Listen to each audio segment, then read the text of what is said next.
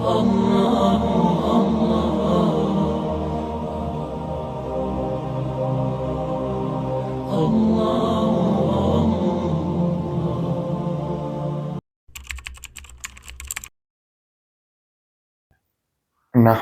व नुसल्ली अला रसूलिहिल करीम अम्मा बाद फ़ाऊज़ु बिल्लाहि मिनश शैतानिर रजीम बिस्मिल्लाहिर रहमानिर रहीम रब्बि इश्रह ली सदरी व यस्सिर ली अमरी वहलुल उक़दतम मिन लिसानी यफ़क़हू क़ौली। तो हमारा उन्वान जो हुस्न ज़न और सूए ज़न का, वो इतना ज़रूरी है माशरे में हमें हुस्न ज़न रखने की, क्योंकि हमारा दिल पॉजिटिविटी से खाली हो गया है और सूए ज़न की वजह से नेगेटिविटी से भर गया है। हमें कुछ गलत होता भी नहीं है फिर भी गलत लगता है, और कुछ सही होता है उसमें भी कुछ गलत लगता है।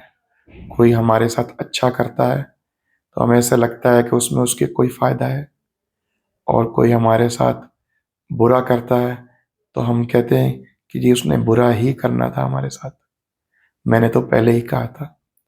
तो पहले कैसे कह सकते हैं आप गैब का इल्म जानते हैं। तो हुस्न ज़न जैसे आपको मालूम है कि इबादत का हिस्सा है। हुस्न ज़न हर किसी से अच्छा गुमान रखना अच्छी बात है, इससे हमारे पूरी पर्सनैलिटी में एक पॉजिटिव इफेक्ट आता है।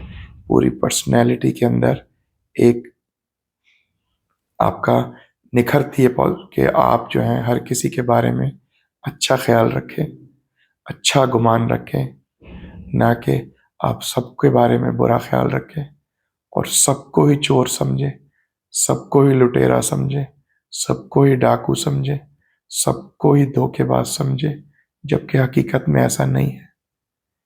तो इस बारे में मैं ज़्यादा तो क्या कहूँ, आपको कुछ लतीफ़े सुना देता हूँ।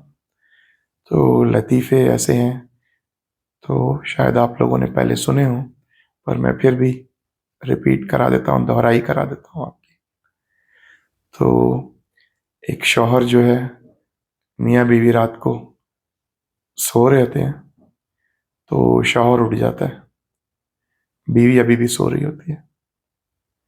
तो बीवी की साइड पे उसका फ़ोन पड़ा होता है और शौहर उठ जाता है, तो ऐसे उठ के बैठा होता है, पानी वगैरह पीता है, तो अचानक बीवी के फ़ोन पे मैसेज आता है।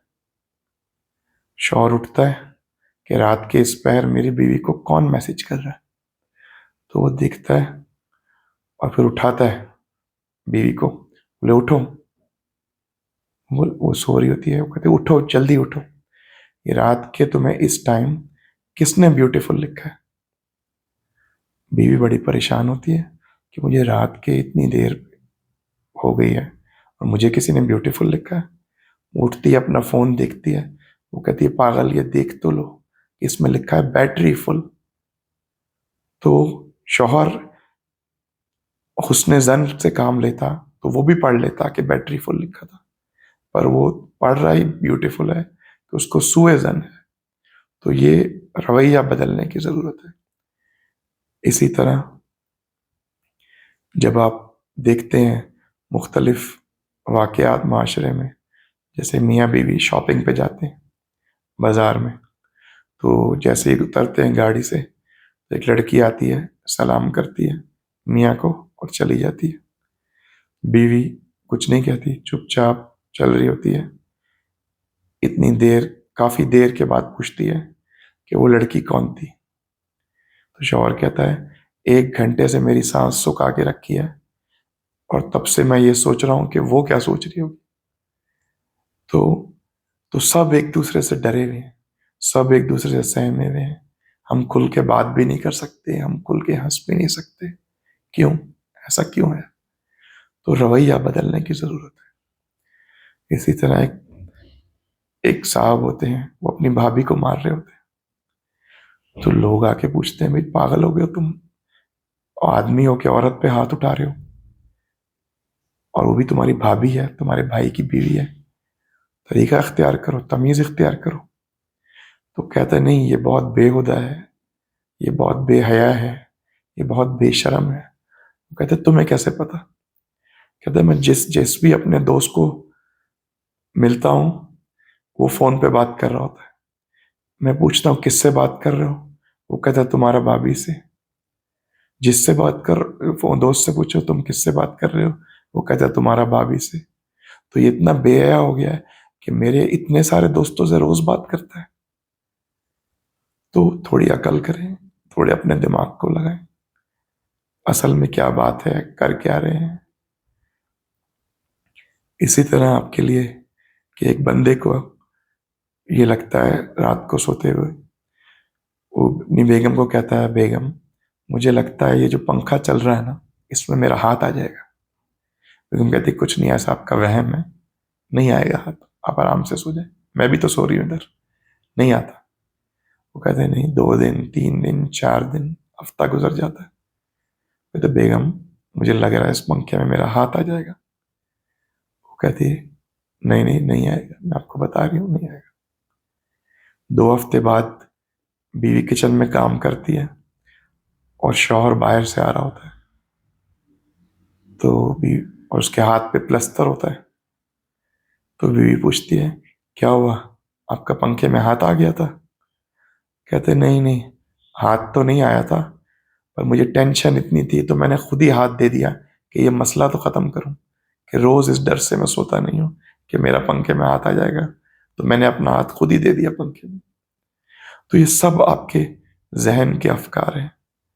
तो इसी तरह आप और चलें कि मियाँ बीवी रात को सो रहे होते हैं, तो बीवी रात को 2-3 बजे के बाद शौहर को उठाती कि हनी मुझे लग रहा है हमारे घर में डाकू आ गए।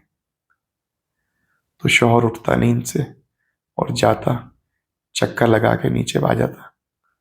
तो बोल रहे हैं कि नहीं नहीं बेगम कोई मसला नहीं है, घर में कोई नहीं है, तुम सो जाओ आराम से।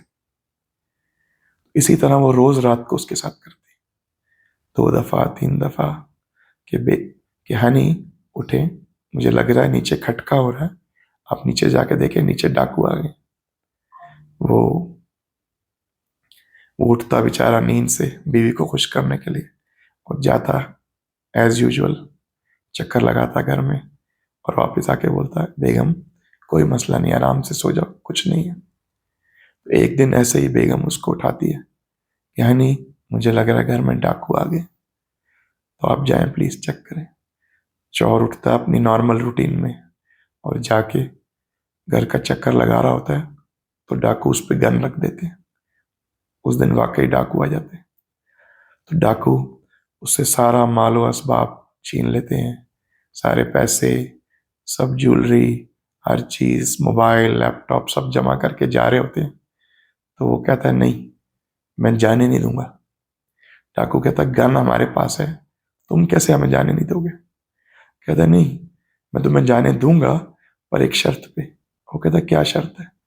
कहता है ऊपर मेरी बीवी सो रही है, वो पिछले 30 साल से तुम्हारा इंतजार कर रही है, जब तक तुम उससे मिलोगे नहीं मैं तुम्हें जाने नहीं दूंगा। तो डाकू आप ये देखें कि उसका सुएजन है कि घर में डाका रोज हो रहा है। तो वो कहता है मैं जाने नहीं दूंगा जब तक आप ऊपर सोई हुई मेरी बीवी से मिलेंगे नहीं, उसके बाद आप चले जाएं, मैं आपको कुछ भी नहीं कहूंगा, सब माल असबाब ले जाएं, कोई मसला नहीं। इसी तरह एक बीवी को अपने शौहर पे शक होता है, तो वो उसके कपड़े चेक करती है। तो एक दिन देखती है एक सुनहरा बाल लगा हुआ है। तो वो बोलती है कि आज लग रहा है किसी लड़की से मिले जिसने बाल डाई किए हुए थे। फिर अगले दिन कपड़े चेक करती है तो कोई काला बाल मिलता है। तो वो तो कहती है मुझे लग रहा है आज काले बालों वाली थी। तो एक आध दिन बाद जब शौहर आता है, ढूंढती है बहुत बाल उसके कपड़ों पे, कोई बाल नहीं मिलता। तो फिर आती है शौहर के पास लड़ने, कहती है देखें मैं आपको ना आवारा समझती थी, बिगड़ा हुआ समझती थी, लेकिन ये मुझसे बर्दाश्त नहीं है कि आप गंजी लड़कियों के साथ भी उठना बैठना शुरू कर दें। तो उसको शक है कि जिस दिन बाल नहीं मिला उस दिन शौहर तो लड़की के पास गया है, लेकिन वो लड़की गंजी थी, इसलिए उसके कपड़ों पे बाल नहीं लगा हुआ। तो अच्छा सोचे, इंशाल्लाह आपको अच्छा ही मिलेगा। तो इस बारे में मजीद लतीफ़े भी बहुत सारे हैं। इसी तरह एक बंदा ऑपरेशन थिएटर में जा रहा होता है, तो अपनी बेगम को कहता है, बेगम मुझे लग रहा है मैं ऑपरेशन थिएटर में जा तो रहा हूँ, पर ये डॉक्टर मुझे मार देगा, डॉक्टर सही नहीं लग रहा मुझे। बेगम कहती है, नहीं नहीं कोई मसला नहीं है, बड़ा मशहूर डॉक्टर है, कोई बात नहीं, आपको कुछ नहीं होगा। कहते नहीं बेगम मुझे लग रहा है कि ये डॉक्टर मुझे मार देगा। बेगम कहती है, देखें बहुत काबिल डॉक्टर है, बहुत मशहूर डॉक्टर है, और छोटी सी सर्जरी है, कुछ भी नहीं होगा, आप अभी अभी वापस आ जाएंगे। कहते नहीं मुझे लग रहा है ये मुझे मार देगा। तो बीवी कहती है, अच्छा अगर वो आपको मार दे तो क्या करूं? तो कहते बेगम अगर वो मुझे मार देना तो तुमने उससे बदला जरूर लेना है। तो कहते अच्छा बता दे फिर, अगर वो आपको मार दे तो मैंने उससे बदला कैसे लेना है? तो कहते तुम उसके साथ शादी कर लेना, ताकि उसको भी तो पता चले जिंदगी में अजाब कैसे होता है। तो ये सब हमारे अफकार हैं मौजूद। या अय्युहल्लज़ीना आमनू इज्तनिबू कसीरम मिनज़-ज़न्नि इन्न बअज़-ज़न्नि इस्म वला तजस्ससू वला यग़्तब बअज़ुकुम बअज़ा अयुहिब्बु अहदुकुम अन यअकुल लहम अखीहि मैतन फकरिहतुमूह वत्तकुल्लाह इन्नल्लाह तव्वाबुर रहीम। ऐ अहले ईमान, बहुत गुमान करने से परहेज करो कि बाज गुमान गुनाह है, और एक दूसरे के हाल का तजस्सुस न किया करो, और न तुम में से कोई किसी की गीबत करे। क्या तुम में से कोई इस बात को पसंद करेगा कि अपने मरे हुए भाई का गोश्त खाए?